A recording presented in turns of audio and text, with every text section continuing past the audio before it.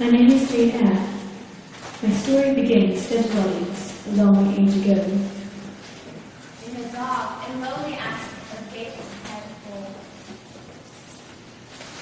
Here I am, a little girl of 10 years old, giving kindly from the terrace of the house below, from the coolness and indifference in my arms was breathe, and the cool and constant longing of her darling son John.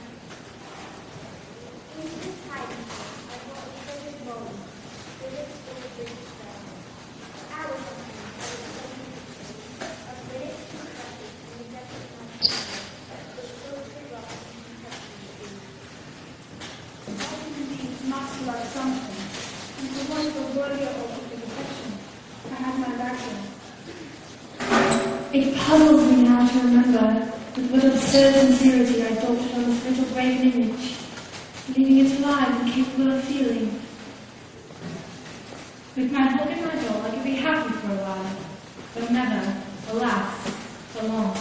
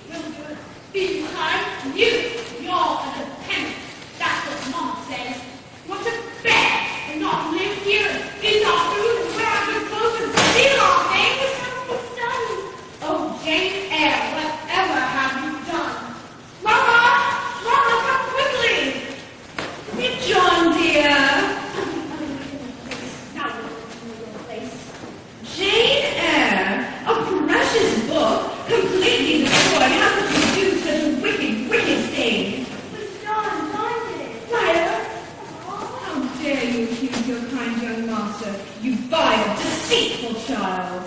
How is he my master? Am I a servant? You are less than a servant, for you do nothing to earn your keep. God should strike you dead for the ingratitude you show. Then let him strike you dead, for I cannot bear to live any longer. This violence is repulsive. Come along, John dear. It's all right, my darling. I know what I must do. I abominate lying, particularly in children.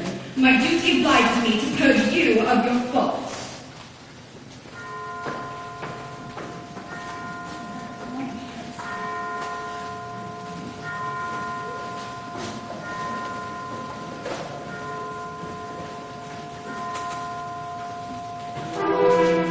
Let memory wash over me. Lonely girl, betraying bastard, betrays the pieces of life that's torn apart.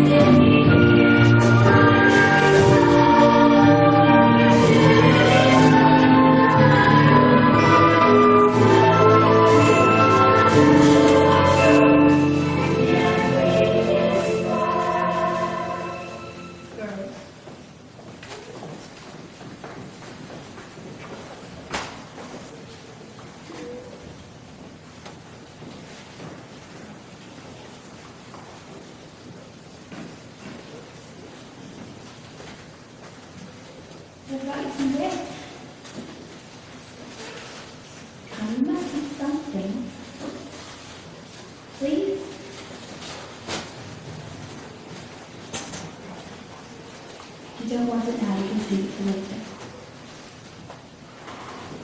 Where did you tell me?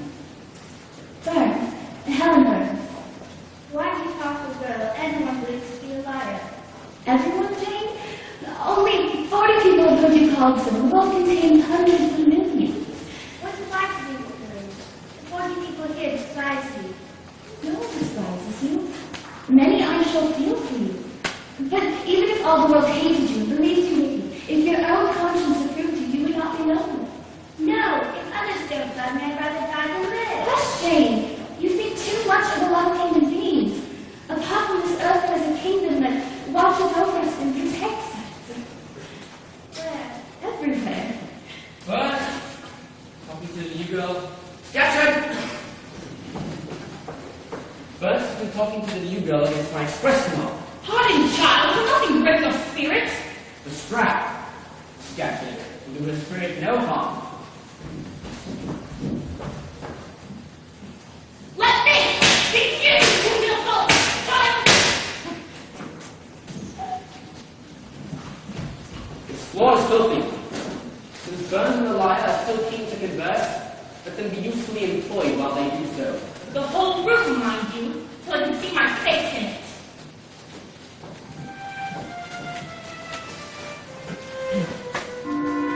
She's that strong on me, I would take it from her hand. I would beat her with it.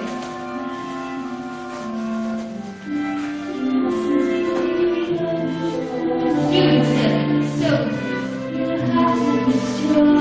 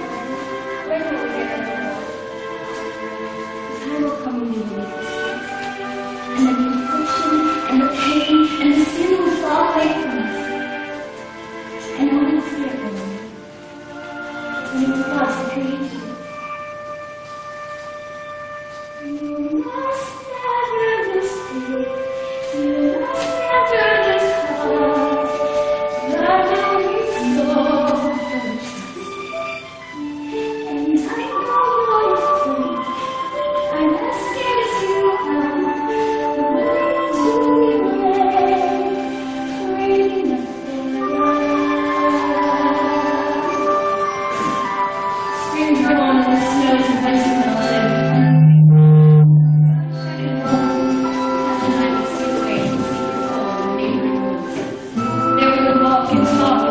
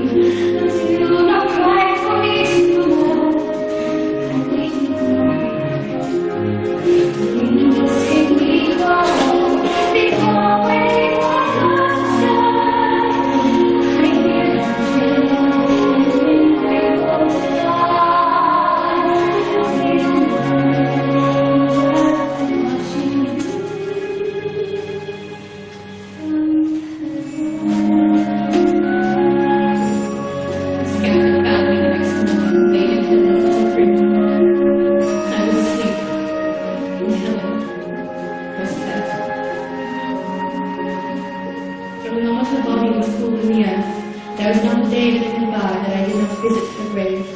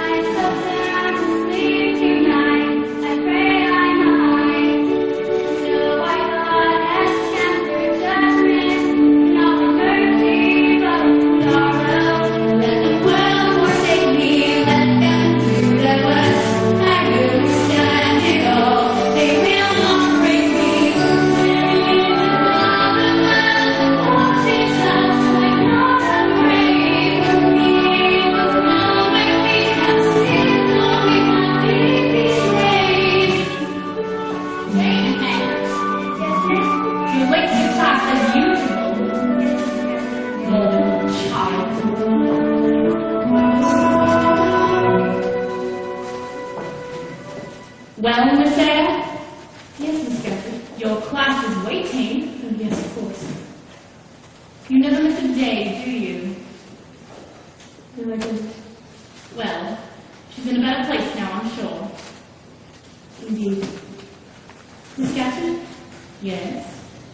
I should like to tell you I'm thinking of leaving here. Leaving? To go where? Well, I don't know, but I can't stay here forever.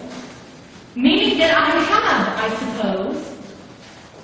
Well, you'd be mad to leave here.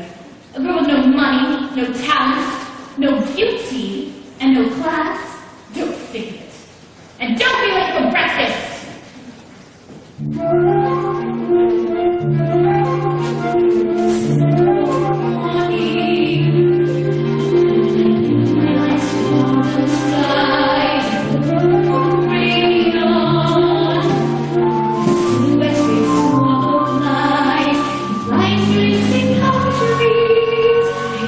Just behind now, and yet we are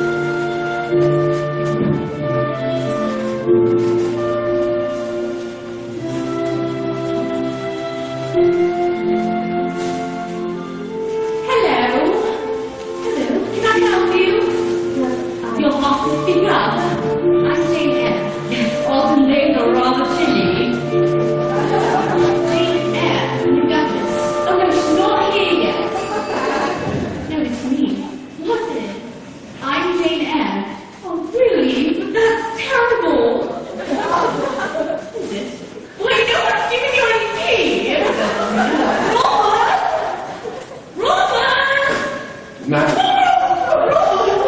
Tea for Miss Anne. Tea? Tea? It would have been nice having somebody looking to us. The stars are falling, but the clouds are burst. And if I'm a tiny return, it's only because I just fired the chef. Are you talking to me? I'm a little bit deaf. The weather's been rainy and gray. Rollers are fussing your just away. Where are the cakes? What a mistake. There was a time when she was here. Milk, no one came by. No one came near. So I was alone. Nearly a year before an hour would come to that house. The figure came once, but he didn't stay long. Or did it come twice? Maybe I'm wrong. Then as the days went along, like in a novel, it's not suppressed. And soon after that, we are finally blessed with a little Adele. Oh, darling, come here. This is Miss Anne, your mother is dear. Little Adele. What did it say? She is French then. Yes, I am French. Next to English. Thank you, Belle. Well, you certainly do. Run along now, Adele. Adieu, mademoiselle. Oh, Adele, tell me, girl, what story to tell? Her mother was gone to the Lord, and Mr. Rochester took her in as his ward. Mr. Rochester, you see, now we know Goldfield. Did you not know he was called Rochester? I thought Goldfield belonged to you. Oh, what an idea! Bless you, child! Oh. I am in charge of the hall. When he's away, I look after it all, and he's away most of the time. What sort of man is he? A kind of a man that is never around. Where does he go? How do I know? One of a kind, smart as a sage, and like a good mind, is better than age. Modest and bad, yet one my dad. Behaving a manner unfitting one's class. One doesn't play someone must have forgot. This is a lot. Like it or not, I never got to my thoughts. What is it? Oh, there's not at all. Did I have a point? I can never recall. But you'll settle in, it's secret if you both. You've got the brains, you've got the looks. Never mind. He might find my sympathize to listen to me. I will not change much to be with grace and face and a gun and face to fight. If you come and be nice.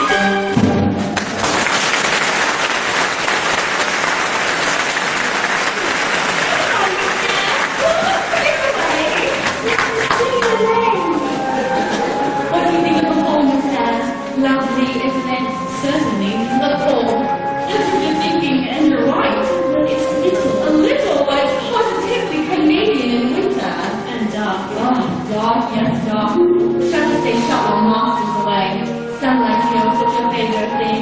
Ah, yes, here we are on the grand salon, a glorious room, don't you agree?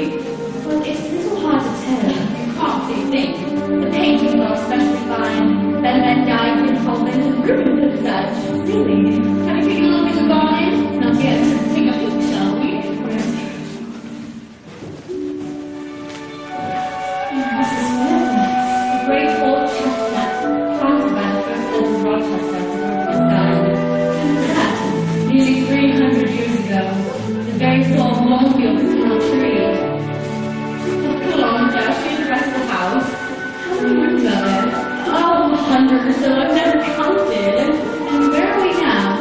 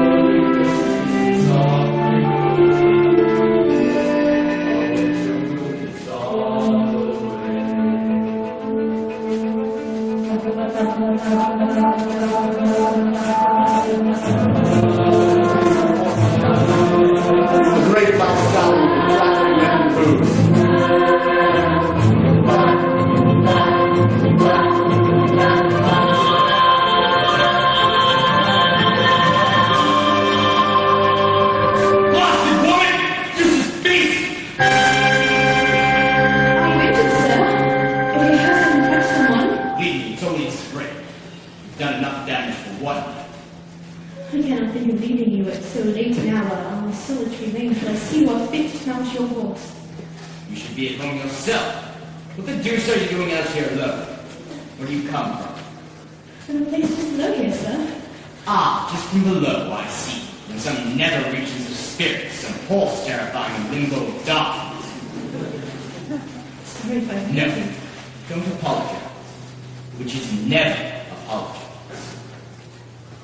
I shall keep silent then. You live, I suppose, at the house in the back. The one with the back. Thornfield Hall, sir. Ah, yes. Whose house? Mr. Rochester's. Ah, Mr. Rochester. What's he like?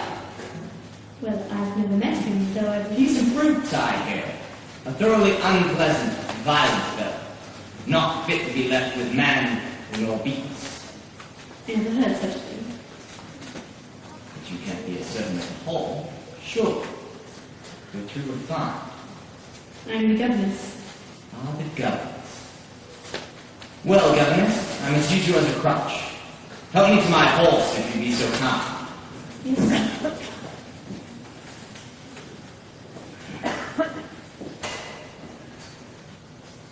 Back to your toadstool, little elf. The night draws on. Come on, you useless beast!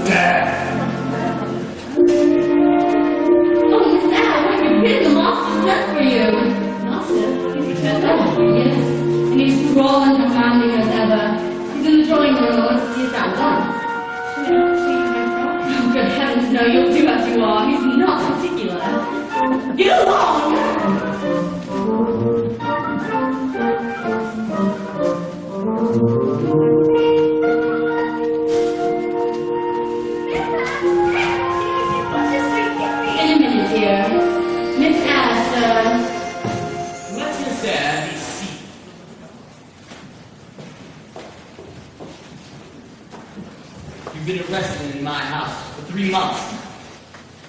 Yes, sir. And you come from? Lowood School in Yorkshire. Ah, a charitable establishment. How long were you there, miss? 8 years, sir. 8 years. You must be tenacious of life. At that time, such a place would kill off the strongest constitution. I marveled where you got that face. When I saw you in the lane tonight, I thought unaccountably of fairy tale. In the lane? I had half a mind to demand whether you bewitched my horse. I'm still not sure. Who are your parents? I have none. Nor ever had, I suppose. Do you remember them? No. I thought not. So you were waiting for your people as you were perched upon that rock. For whom, sir? For the man in green. The man in green? The elf. Elf? It was a proper moonlight night. Did I break through your fairy ring? Is that why you spread that blasted ice on the roadway? My people, the elves, sir, often took England hundreds of years ago. In the summer, no harvest, no winter moon will ever shine on their rivers again. And Adele is a fairy? Not really, Adele. You know, Adele, come along. A fairy! I have no fondness for bratty children. Suspending me tete-a-tete with a brat, intolerant, nor do I affect the company of simple-minded old women. Though this one I must tolerate. She's Fairfax after all, and blood is thicker than wool. You examine me, Miss Eyre. Do you find me handsome? No, sir. By my word, you are quaint. You have the air of a little nun, quiet, grave, and simple. If anyone asks you a question, and you wrap up the bluntest of rejoinders. I beg your pardon, sir. It was too plain. I should have replied that tastes differ, or that beauty is of little consequence, something of that sort. Beauty of no consequence. So under the cover of stroking my wounded pride, you stick a sly penknife underneath my ear. Go on, what faults do you find in me? Pray.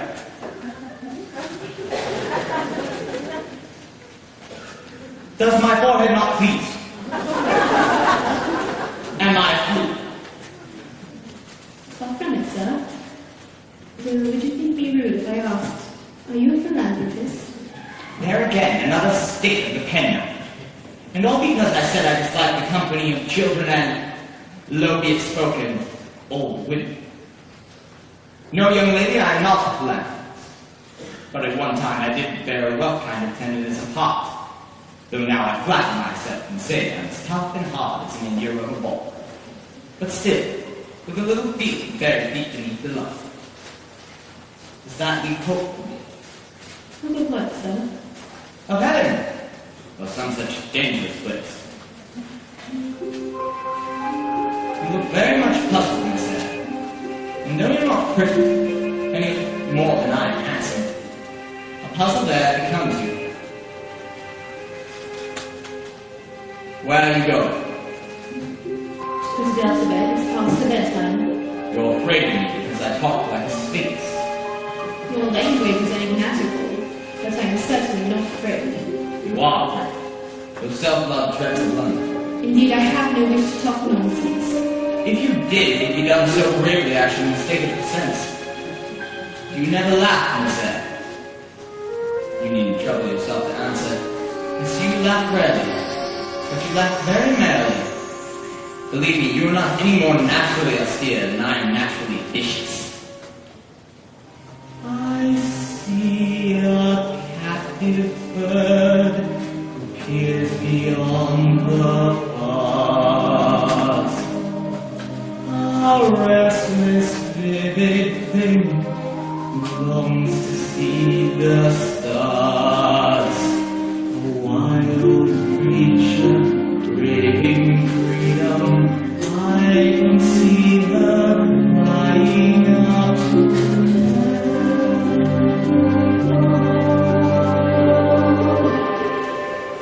Good night, Miss Eyre. Good night, sir.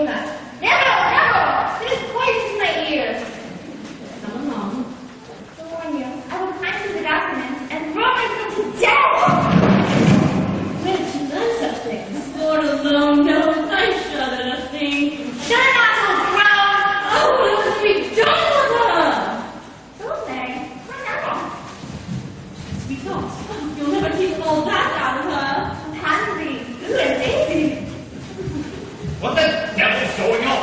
Oh, have let's see also. Miss Eyre, you lied to me and you're sour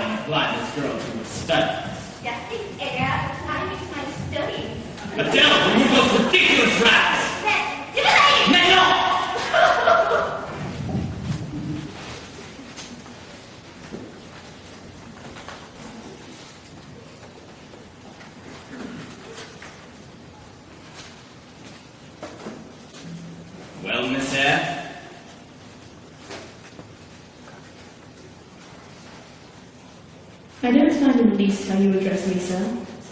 Though I do think you should talk more kindly to the child. So you're the devil. I am a beast. Well, Seeing her play that role, my deepest feelings received something of a shock. She's the very image of her mother, Miss Eyre. Break her heart, Trey. she's a child and she craves your love. Ah, love. Violence. Reflectively, you're so naive. Wouldn't it be wonderful if life was just as you perceive? Women are inhuman, hard and savage, on the average, never to be trusted, completely maladjusted, it's true. But if I had loved you, I might have been as good as you. You never felt jealousy, did you, sir? Then you're not asking. Or you never felt love. She was my flame, my galaxy. I was a fool to love. She put me in her spell. I raged, trusted just the night with appetites for pleasure. We would search for buried treasure in the excess of temptation. I thought it my salvation, it's true. But if I had thought things through, I might have been as good as you. She found me handsome, my opera dancer, and like a fool I believed it was true. I held the world inside my hands, now was fine. When she let me fall in love, it was my heart the second time. Nothing was forever and good. Finding all yourself didn't you think it's still a flower. I treasure every hour, it's true. But if I had loved you too, I might have been as good as you.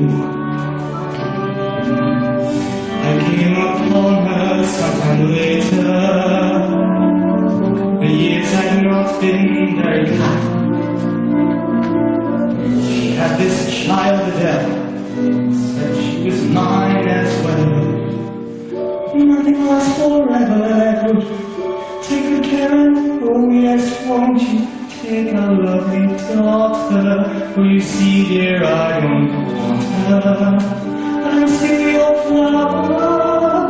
I'll just bloom elsewhere. Tell her my soul is in heaven with God.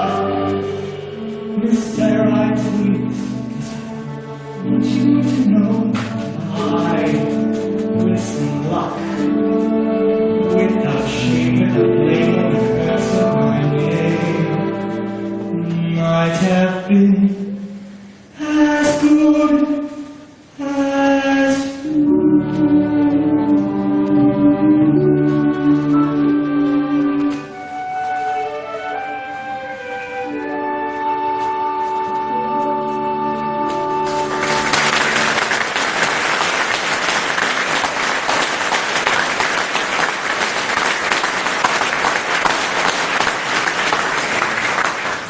So now you finally know the truth of her, the offspring of the precious seductress. I'm sure you'll wish to make arrangements not to go. I would understand you must stand by what you believe.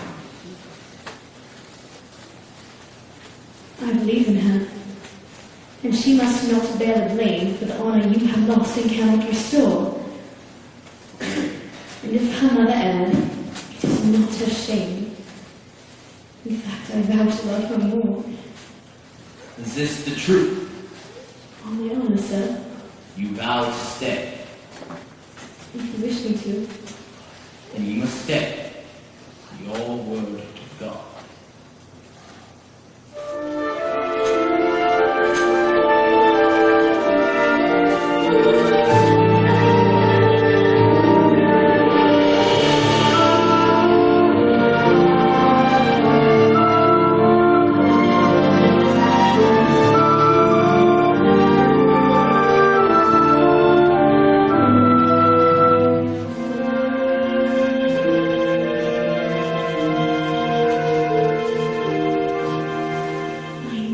painting his portrait in absolute likeness, faithful to illustrate every rough line. His pride and detachment, careful to gather resentment he feels as a woman profound he conceals.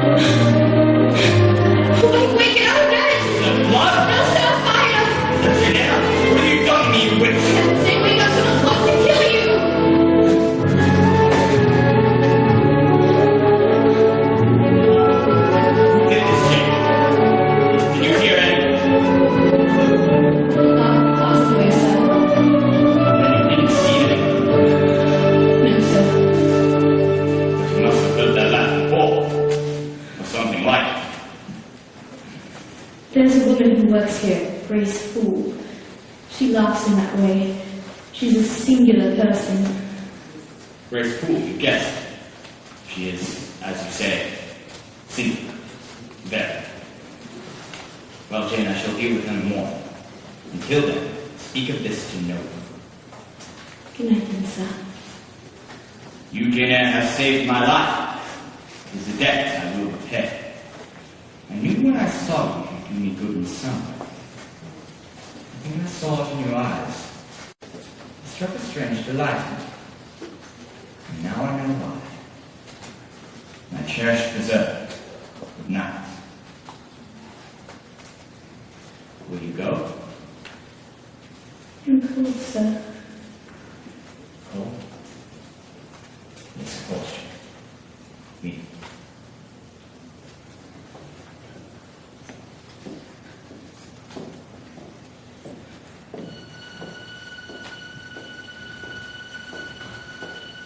What can I do now, my precious Lord? I fear his faith will never be restored. I know I should not dare to go deeper in his madness, but it's like a field I must run through. All my pulses race I cannot see. Daring me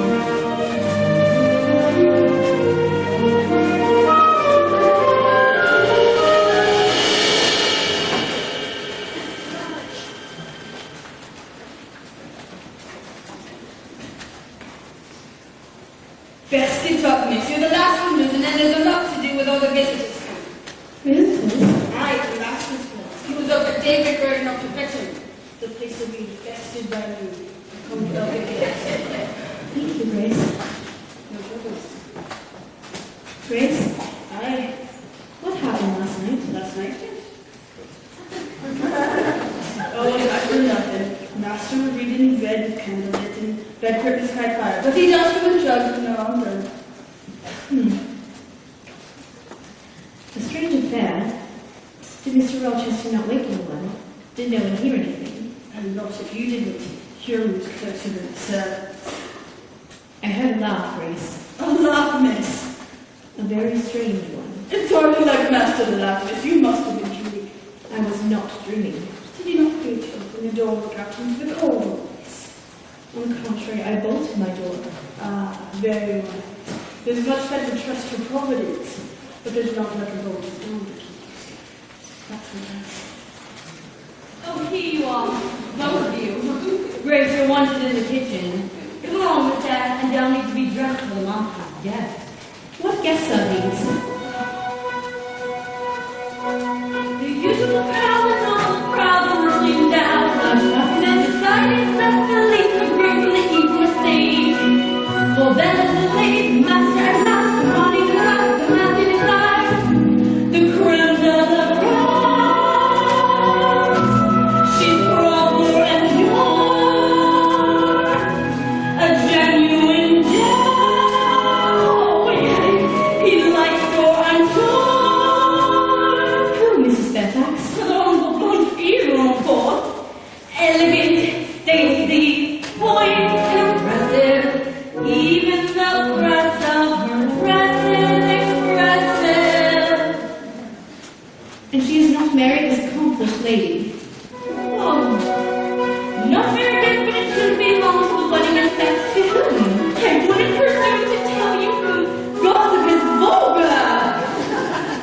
Oh, you vulgar! Oh, here, come on, Miss Anne.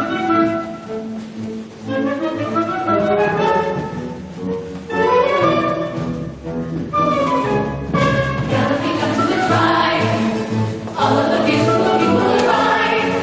The cream of the crop, flimsy clock, shutting and opening doors, shuffling shoes on the carpeted floors. The polished girls, the girlish girls in the salons, suppressing their yawns, waiting for tea to be served on the lawn, burning with pride, and to be tired out there, struggling out to the right, ready for news and hand, shoulder of hand, here from his service, his strawberry jam, about the everything is all the appeal, holy, holy,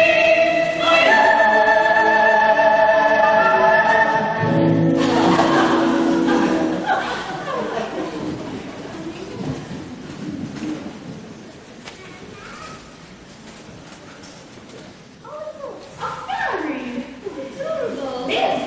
Oh, there! Edwin, who is this little Titania? My ward, death. And that? Her governess, Miss Eyre. Don't speak to me of governesses. I have just one word to save the whole tribe.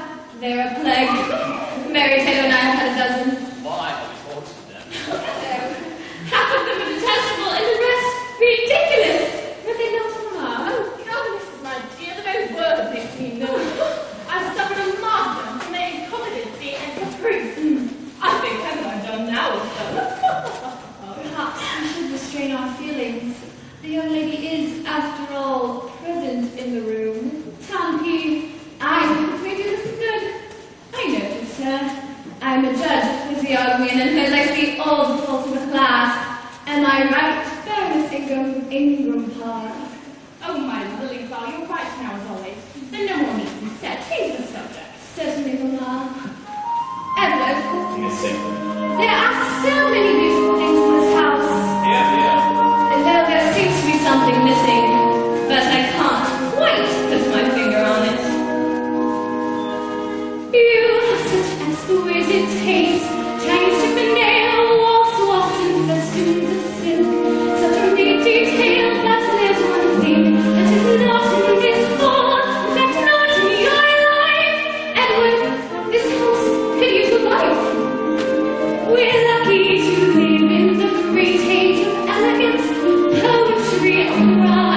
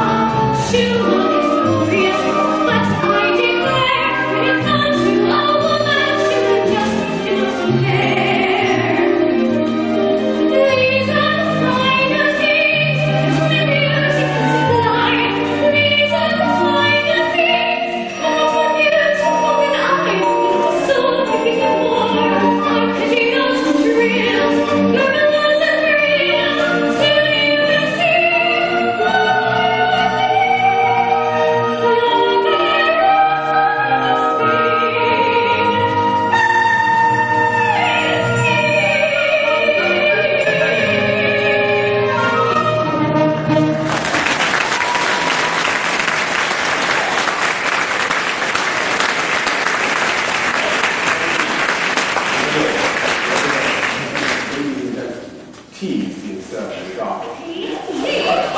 What's the ship's biscuit? Come along, my little fairy. Governess, I'll leave my cake. It's in one of the carriages, you'll find it. Edward, darling, come and show me your famous chestnut tree.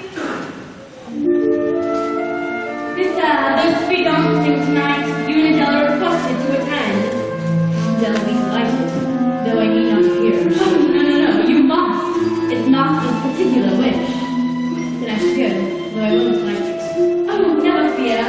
Hide yourself in a corner. Nobody will notice you.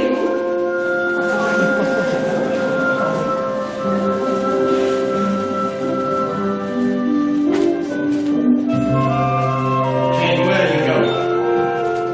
I'm tired, sir. Tired, yes, and a little depressed. About what? Tell Nothing, sir. I'm not depressed. me. So depressed that if you made more work may bring tears to your eyes.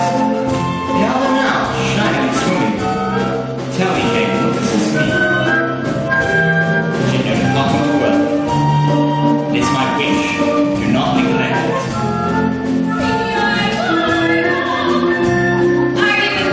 Well, Jane, am I informed? Dawn of the hour. If you command, I will be.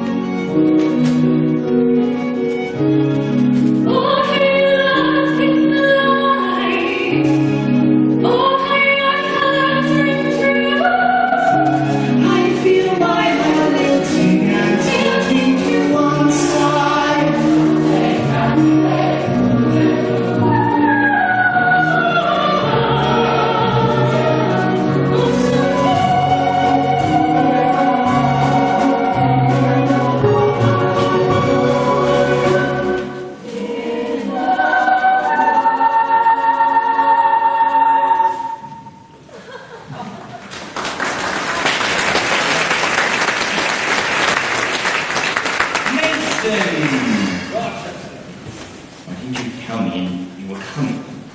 You would have told me not to come. So I ran up. Rochester, I must see her. You'll do no good. Perhaps not. Edward, what secrets, pray, are these? My apologies. This is Mr. Richard Mason, an old acquaintance, just arrived from the West Indies. Ladies, gentlemen, Mr. Mason, you must be exhausted. I'm taking you into the library. There's a fire there, and a comfortable chair. We're all most intrigued to hear about the West Indies.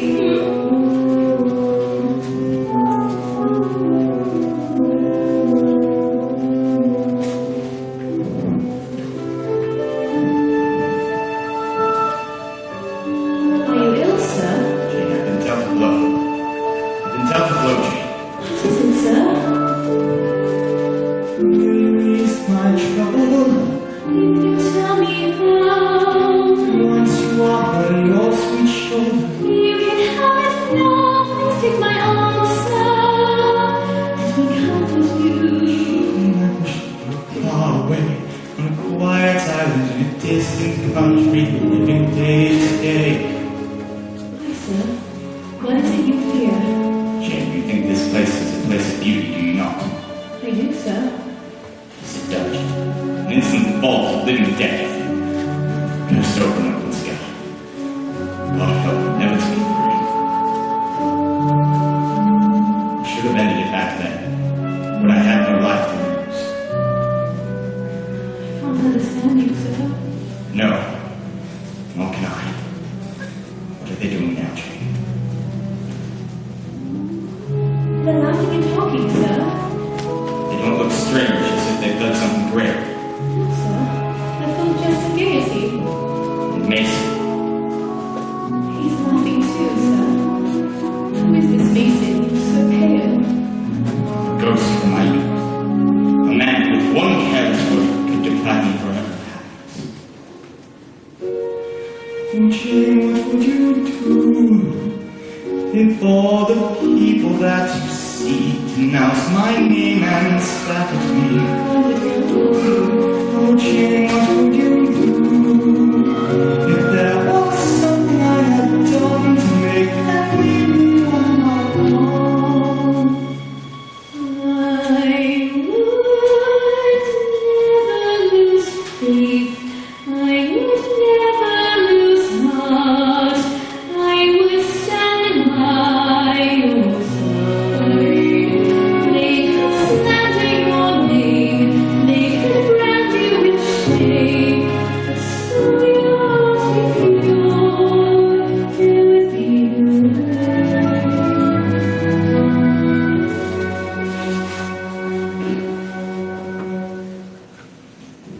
Sir, your guests are all tired. Should I not have? No, go to bed. All up. Yes. Good night, sir. Good night then, my Jane.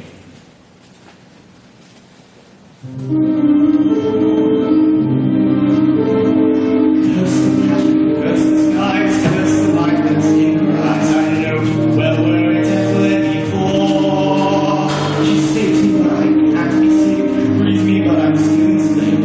Now I battle what I most adore, and I can slip away and make this love upon my heart one side. Cannot allow the sirens call the sailors. She calls me now.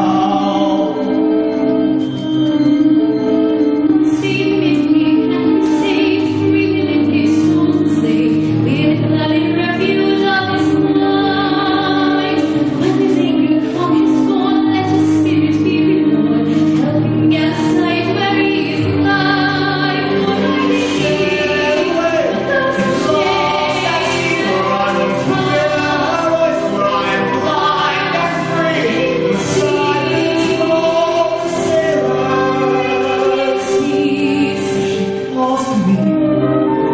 I cannot stand another knock, my body dashed upon the rocky shore.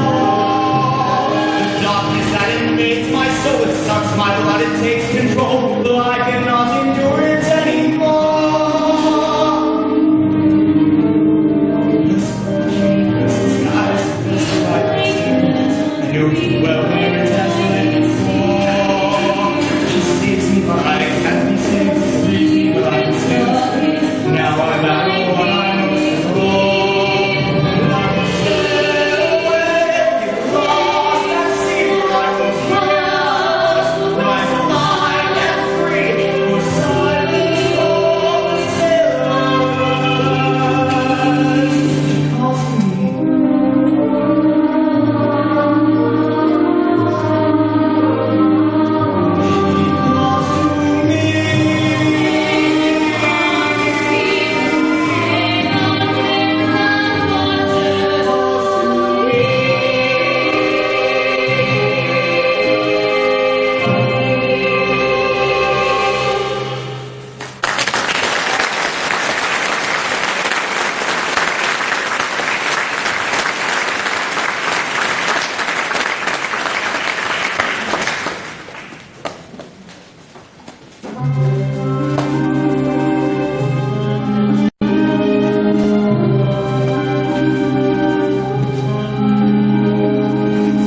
These exist, resentments and sighs that battle our mortal comprehension. To dream or to see or to feel or to hear what seems not to be there. But such things exist, things beyond this earth, things beyond the sacred thoughts of heaven. These are the things that reason defies, but reason sometimes lies.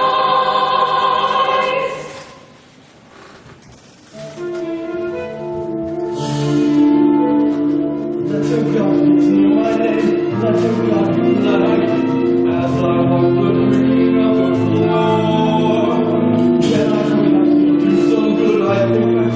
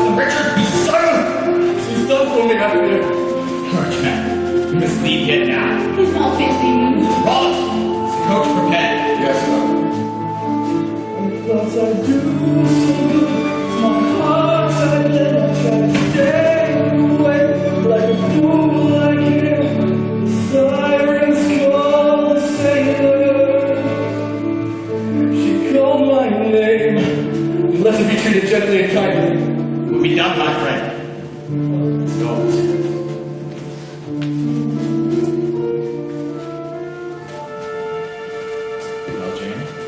I shall escort you to your room. No need. Every night, I wish to speak to you. Well, Jane, you have passed a strange night. Were you afraid? I was curious. Curious about the man who bleeds, the bed that catches fire, and the house that holds dark mysteries. Most of all, Jane, curious about the man who lives in this dark place. A man whom hope is quitted, and the sun at noon is longed and darkened by an eclipse. And who do you think would make the perfect mate for this man? Miss Ingram, someone whose moral stature is equal to my own? You cannot ask me such questions, sir.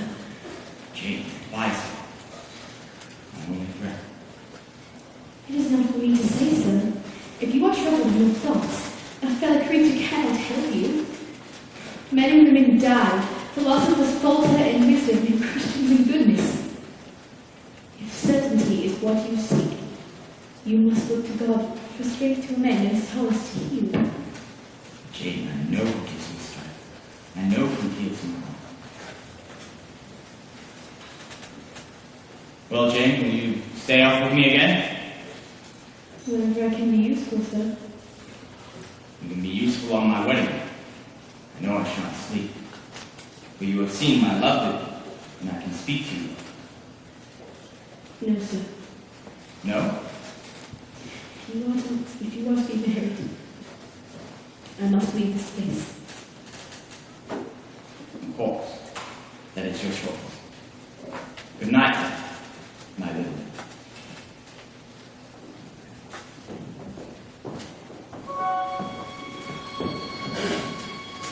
What a fool I have been to wonder if you might have cared for me. How insane the thought that you could be to me.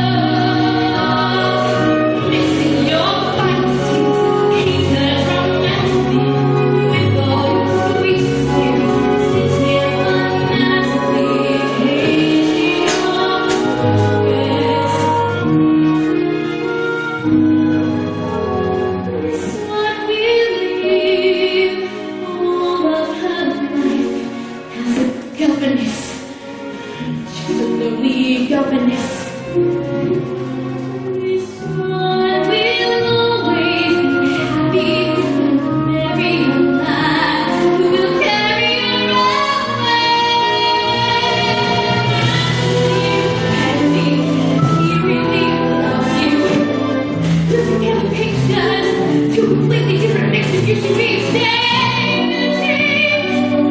When you drink silver, silver polished metal, and when you suffer for a slave, you have to wait. Take for secret.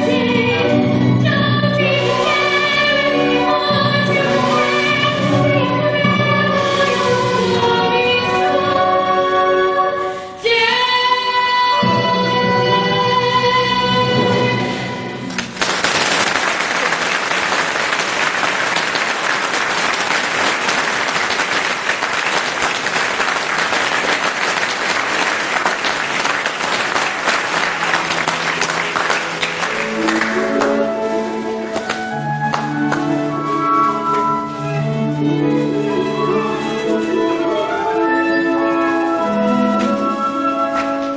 In the light of the virgin morning, I look out of the misty haze. The estate has an ancient beauty, mother must praise. As I stroll through the pinks and roses, as I stay with the Columbine, I am grateful for all he is and what will one day all be mine. A perfect plan, if only I could love the man. I'm not quite sure I can.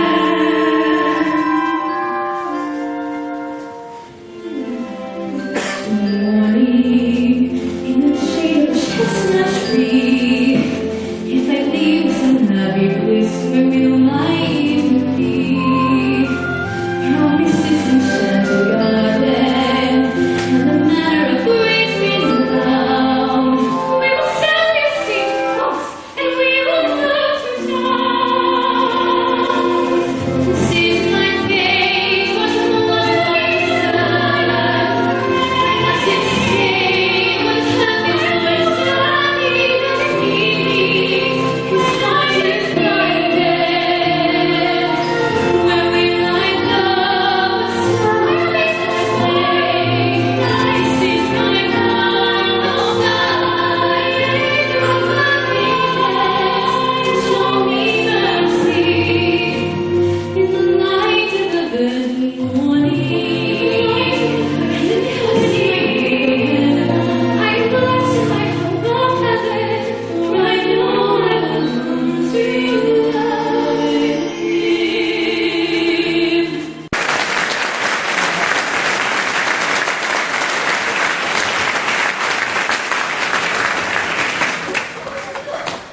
Sundial? A sundial in England? Useless! Oh my, we've been here for 2 days and it feels like an eternity. We're anywhere. Excuse me. I think this person wants something. Yes? I was looking for Mr. Rochester. Not here, What's the matter then? shooting things. Maybe time for dinner. Sorry. Then I shall wait till he returns. Creeping creature cluttering up the garden. Pardon the intrusion, ladies, but there's a gypsy in the house who will not leave until she's read on the phone. At last, something to do! Oh, Very little miss, and dare I say, very happy. a real sorceress. Excellent sport. Bring her here. Come along, mother. Oh, do let's go, Maud. Forgive me, but the gypsy said she will only see those ladies who are young and single. Really, Robert? Oh, fair. Please, Michelle, the gypsy will see all young ladies.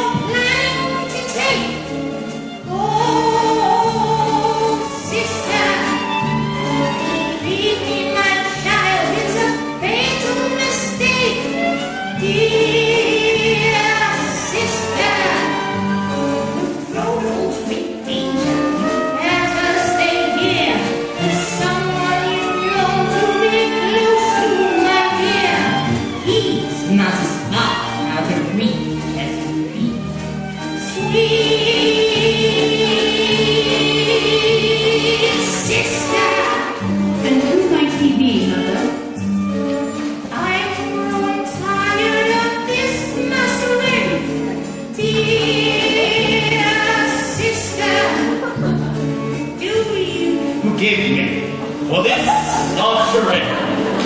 Yeah.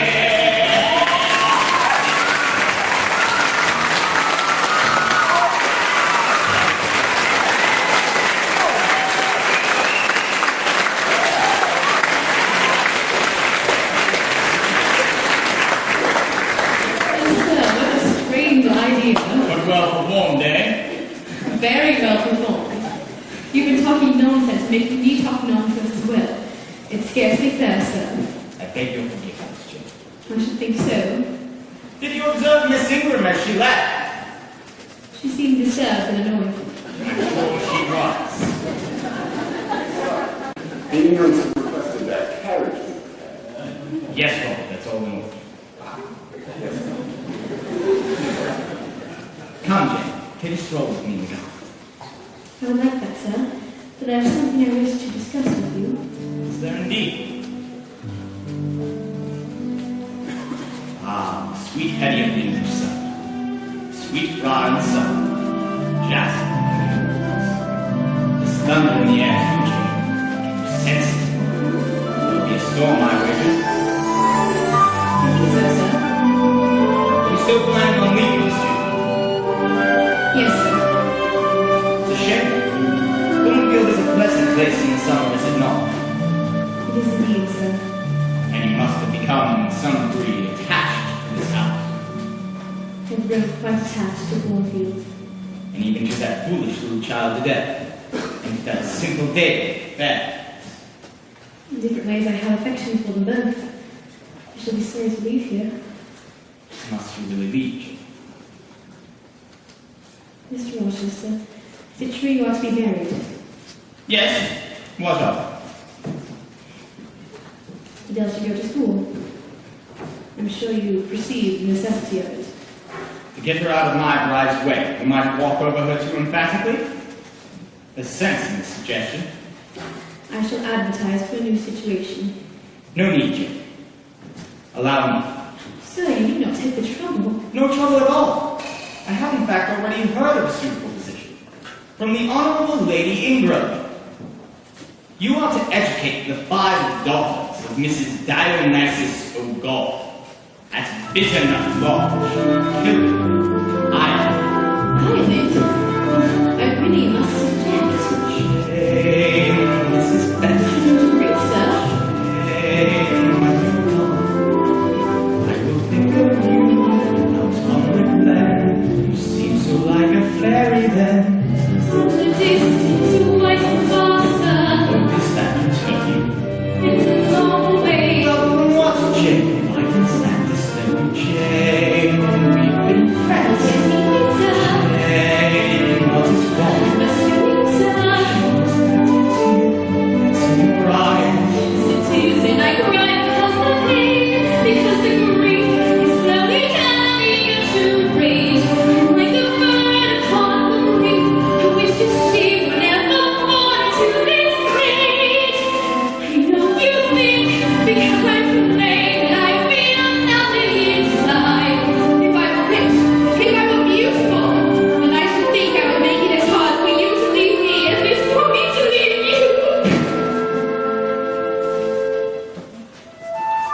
I love Thornfield.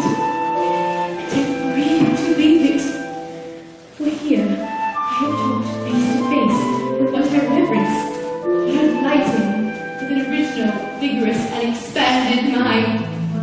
But I see the necessity of departure. And it's like looking on the necessity of death Where do you see this necessity? in the shape of your bride. Jane, there is a place for you in Jane. It is here with me to live in this house, to stand as my wife. What do you mean? Jane, you are my second self, and Jane, don't you see the truth that you are the heart of my life? Well, what of Blanche? She's gone, never to return.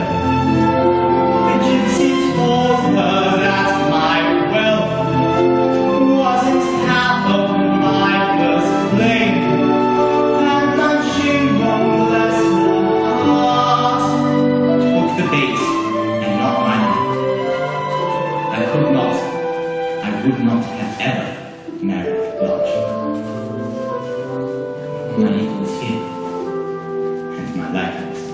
Then why did you make me believe you loved her? To make you jealous.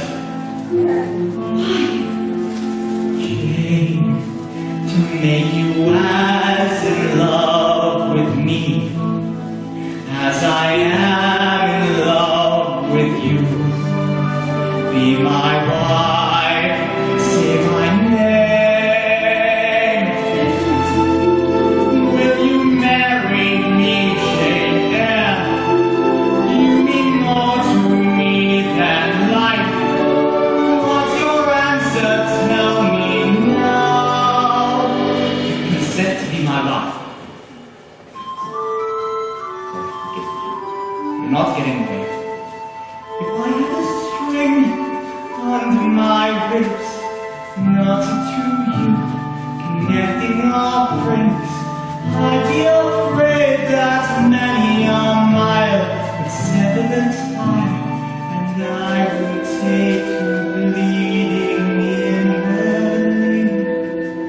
On my Savior, on my saint, it's hurting me now, communion and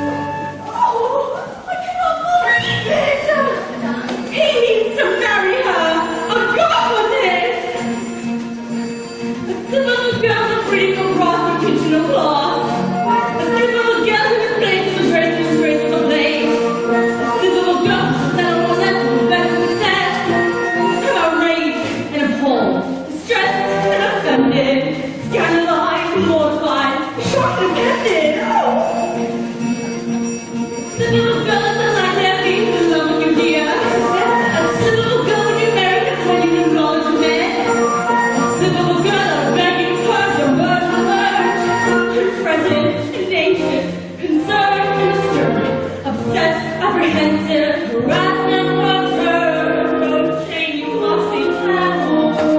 I remember in my youth I thought the same as you, but men like you will break your heart while swearing to From Mr. Rogers, please. Thank you. These old watches are jewels. Oh, yes. But to be worn by governess, astonished, long, perplexed and unfounded, bewildered and embarrassed, amazed, astounded. I don't know why he said them. I told him I was not wear them. Not wear them? And who are you to say the wrong with the jewels given to you by Mr. Edward Fairfax Rochester? The little girl who's so married to the one who scored the jewels. Indeed, Mrs. The Fairfax. little girl who be blessed and blessed be specially I dressed. shall not wear them. The little girl who do as she told me, fully cajoled, laughable, impudent, brazen, audacious, saucy, impertinent, bold and ungracious. From the table to your room. Thank you. So this is the dress. Do you like it? Like it, I remember in my youth when I wore such a dress. Died for men and broke my heart, still broken I confess. I'm very sorry to hear that, Mrs. Fairfax. The little girl is secretly belly to the head. Mrs. Fairfax? The little girl has been a lady more than head. He's 20 years old and pathetic, will let it be more than a friend. You better forget it. Indeed, Mrs. Fairfax. Edward is young. He's young in his heart. He loves me, I'm sure. Solemnly swear I really do. Oh, I'm thrilled. I'm enchanted, enraptured, excited, gratified, tickled. I trust I'm in my head. I'm dissolved. Jane Eyre. I'm delighted. Oh, come on, Dad, come on.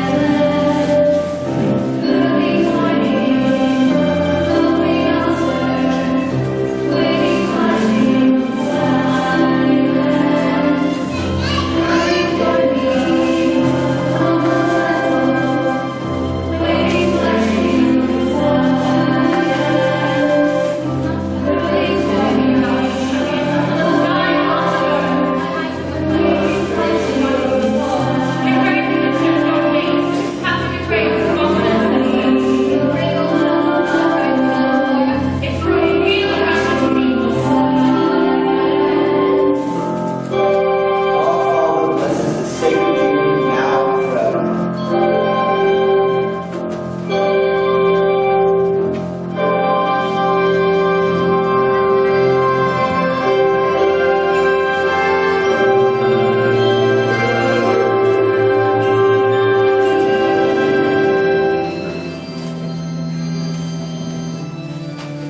Adieu, choir and charge you both, as you will answer the dreadful day of judgment. The secrets of all hearts shall be disclosed. If either of you has any impediment as to why you shall not be lawfully joined in matrimony, you do now confess it. Edward Fairfax Rochester, wilt thou have this woman to be thy wedded wife? Wilt thou love her? This marriage cannot go on! I declare the existence of an impediment. Proceed with the ceremony. I cannot proceed without further investigation. I can prove my allegation. What is the nature of the impediment? Edward Fairfax Rochester is already married. His wife is now living at Thornfield Hall. I saw her there this summer. I am her brother. At Thornfield Hall? Impossible. I'm an old resident of this neighborhood, sir, and I've never heard of a Mrs. Rochester at Thornfield Hall. No. I made sure that none would. Vicar, close your book. There should be no marriage today. What this man says is true. I was married and the woman is alive. Vicar, Mason, Mrs. Fenn, I invite you all to visit Grace Poole's picture, my lovely wife.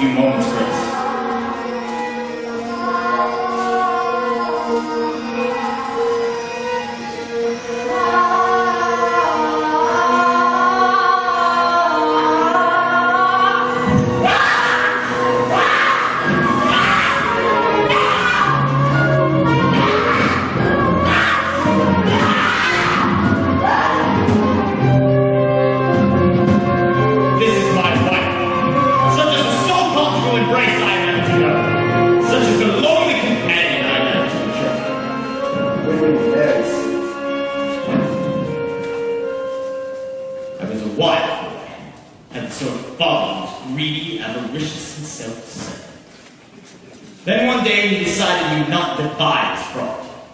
He left it to my elder brother. But he could not let his wild boy be poor. So he left me. He sought me a wife. To lessen the shame. So soon I was sent abroad, and a marriage made for money was set. She was horrible. I was stimulated, I was excited. I thought it was love. But foolish. I did not know the truth. It was like living with a demon. There was disease in her blood. But my father knew, and her brother too. For £30,000 they came. I could do nothing. The law was on their side. Then one day, a voice spoke to me and said, "You've done all you can do.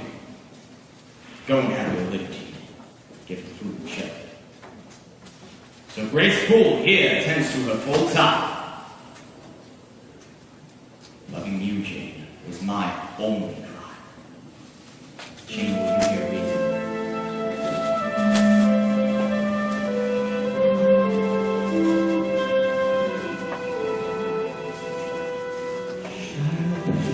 Slender creature.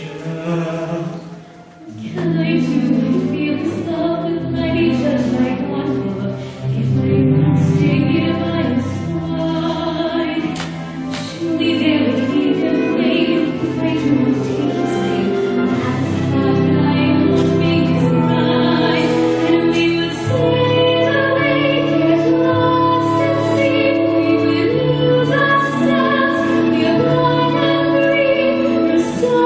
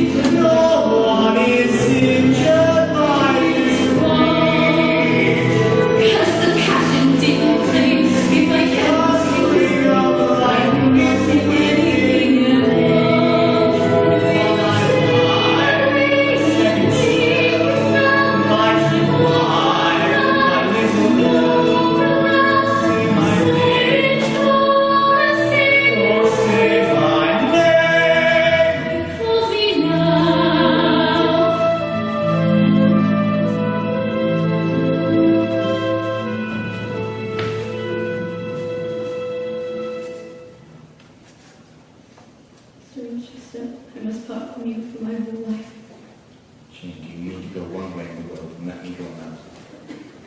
I do. This is bitter, this is wicked. It would not be wicked to forgive. It would be to obey you. But who can I turn to for a companion? It's hope. Do as I do. Trust in God. Believe in heaven. And hope we meet again there.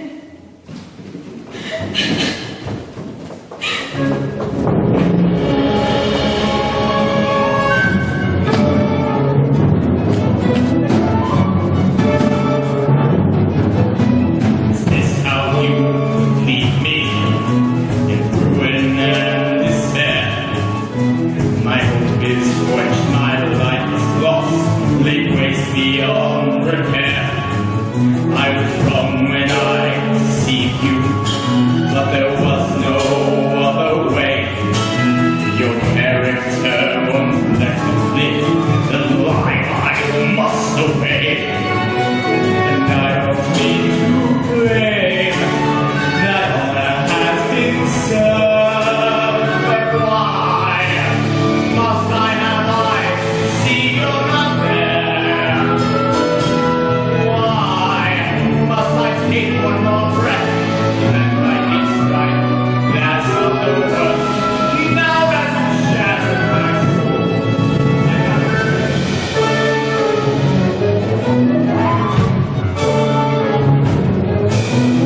so farewell, angel. Another day is done. I wrap my life around.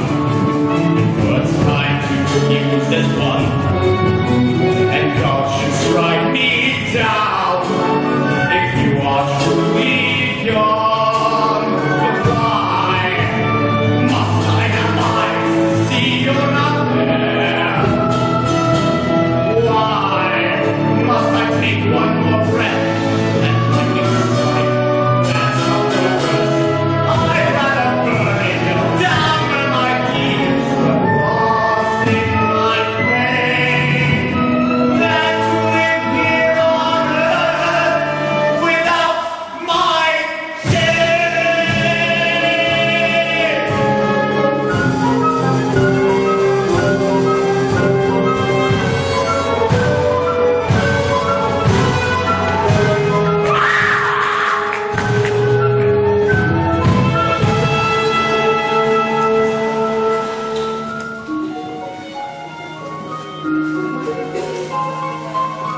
I slept on cold hillsides in the driving rain.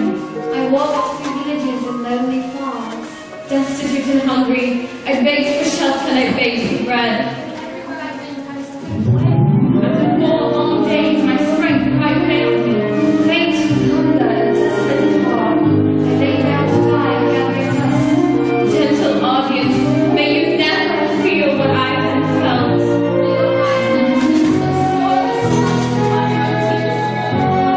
May you never feel to heaven in prayer so hopeless, but in that hour left my lips. For never may you, like me, dread to be the instrument of evil, what you only love.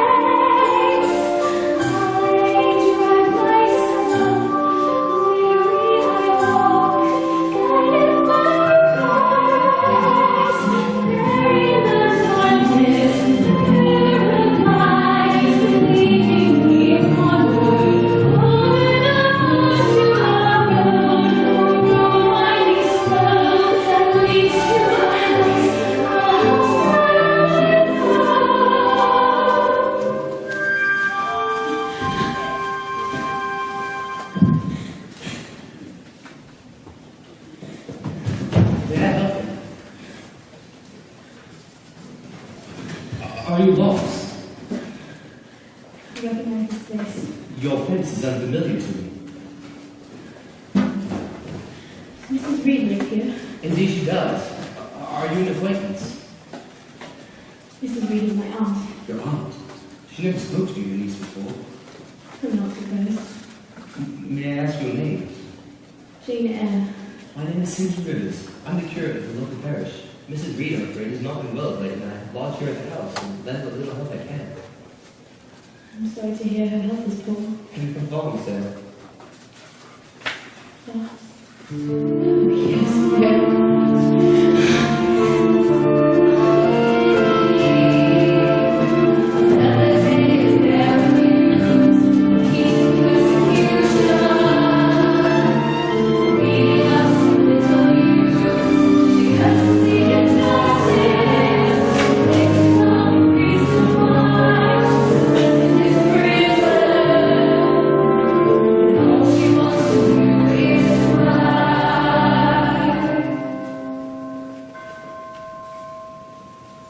Mrs. Reed, you have a visitor. Who is it? Who is this child? She says she's your niece, Jane Eyre. Are you Jane Eyre? I am. I've had more trouble with that child. Such a burden to be left on my hands. Her sudden fits of temper, and her watching, always watching. Mrs. Reed, why did you hate her so? It was her mother I hated. My husband's only sister, and oh, such a favourite with him. When she died, he was heartbroken, pitiful man. He had to take the sickly, whining pine creature in. He was a weak man, weak, naturally weak. Jane, she knows not what she says. What of her son John? Should he not be sent for? John, I'm afraid, is dead, Miss Eyre. What happened? A life of indulgence amongst the worst of men and women. Prison in despair. They say he killed himself. God save the soul. Amen. Mr. Rivers, in the top drawer of my dresser you will find some miniature portraits. Bring them here. Jane Eyre, come closer. Do you despise me, child? Give them to Jane Eyre. Who painted these portraits? Your mother painted them? My mother? These are my parents? Yes, child. My mother and my father. Why did I not see these before? Your uncle sent them to you. My uncle? Your uncle Madeira. He was your mother's brother. He wanted to adopt you, and comfort you, and cherish you, and leave you all his money. I told him you were dead. But there was typhus at London School. Many of the students died, but you didn't die. And I said you did, and I wish you had. You should have died. Why, Mrs. Reed? Because you so despise me. When you told me that day that you hated me so, in front of the school, in front of my son, you must think no more of it. But the very thought of me made you sick. I'm telling you, I couldn't forget it.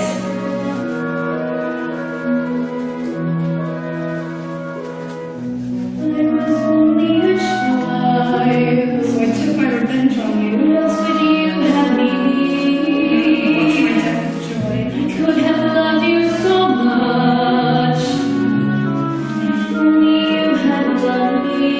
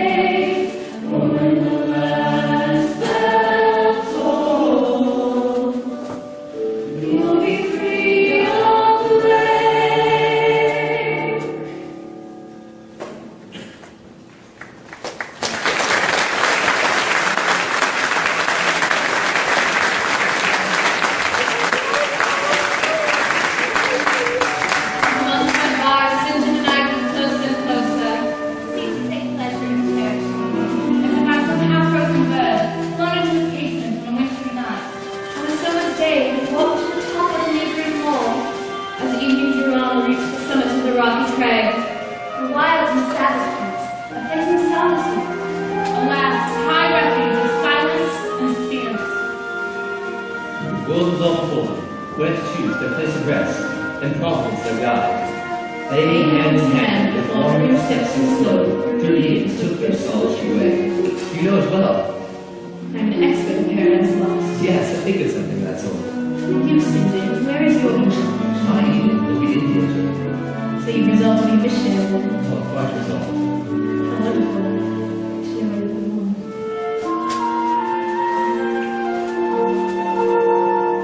In the lights of a virgin evening, in the land of twilight blue, by the scene of it last reported, Eyre sends me you.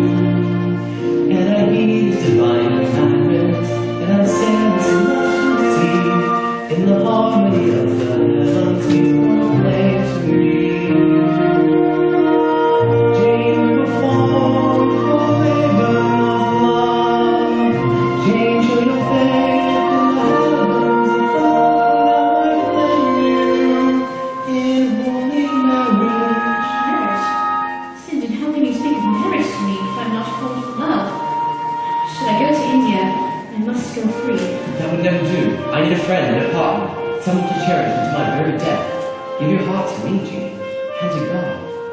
I'd give it to God, but it is you who do not really want it. I want you to be useful, Jane. You are a teacher, an intellect, a spiritual force. Think what you could do with heart and mind, fully engaged. St. I dream of such a life. Marry me, Jane Eyre. Let God in time show us the worth of our love. If it were God's will that I should marry you, I could vow to do it here and now. Then pray. Pray for his guidance. He will show you the way.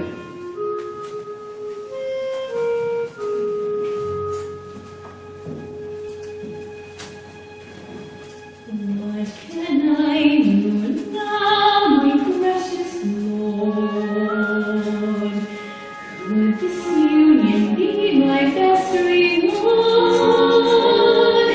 Is this why I'm landed here, from his doorstep?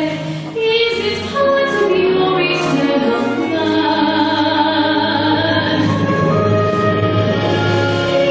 Secret soul.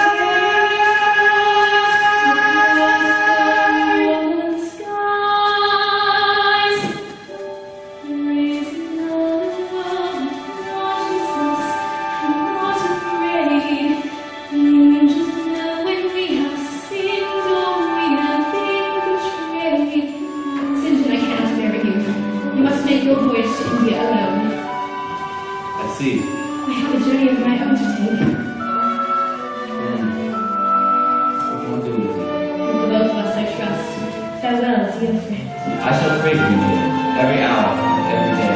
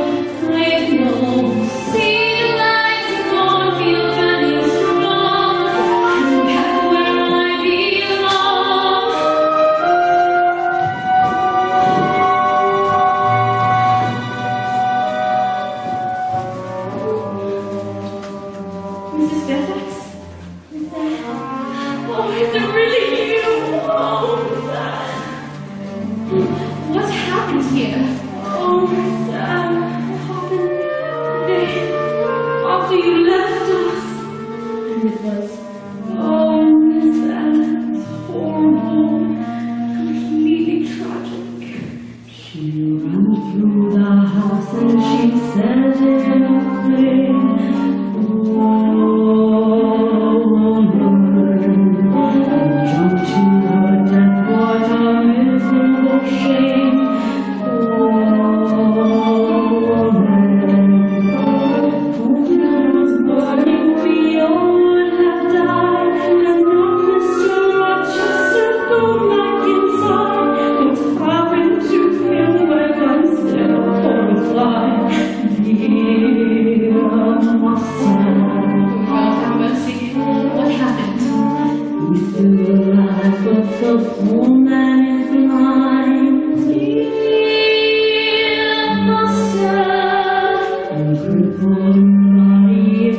not in his mind.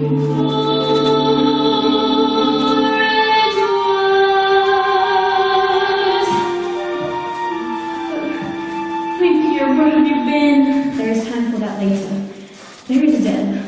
Oh, she's out in the garden, running with the wild roses. And she is quite untouched. He was the first she carried out of their house. And Robert? Oh, Robert's fine. We're all fine. Thanks to the master. Where is he living? We're all down at the cottage in Fernview. Though you'll not find him there. He stays out in the garden underneath the stricken chestnut tree, late into the night. Dark or light is all one to him.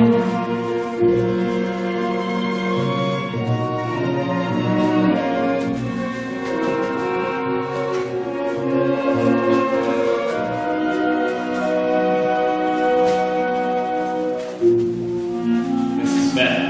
She's in the kitchen. I have come back to you, content, ready to stand here by your side, as you see fit, as your friend or as your bride. Sir, you are my second self, and I will be your hands, I will be your eyes. I am here with my soul. I will be stronger every day.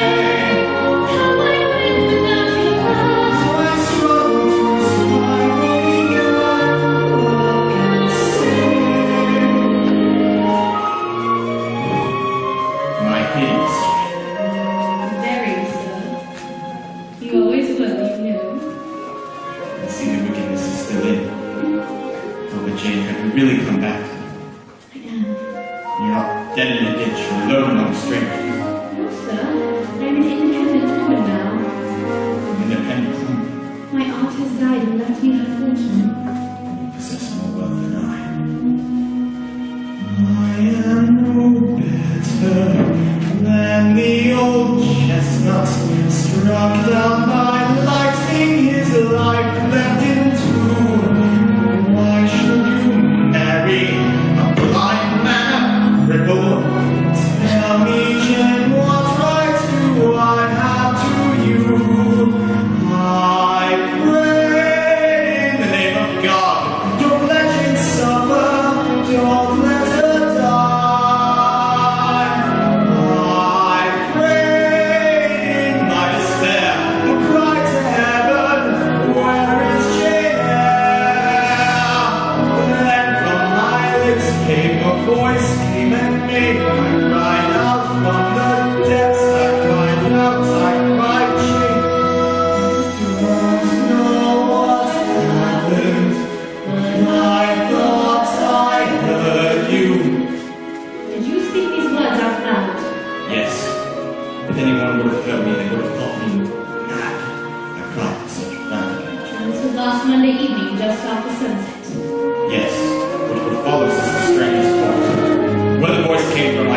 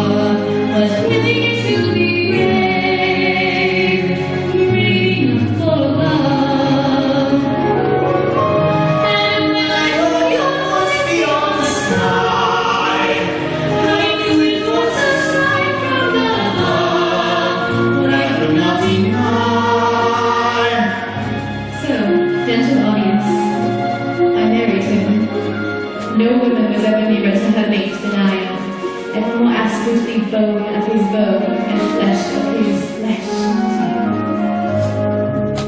The secrets of the flame is that there is no more to hide. It cures all the blindness and the pride. We'll never lose faith, we'll never lose heart, For you have restored my trust. and I know you're afraid and as scared as you are, but willing to be brave, praying for love. Edward continued lying for the first 2 years of our marriage. Then, slowly, the sight in one eye began to return to him. And when our firstborn was placed into his arms,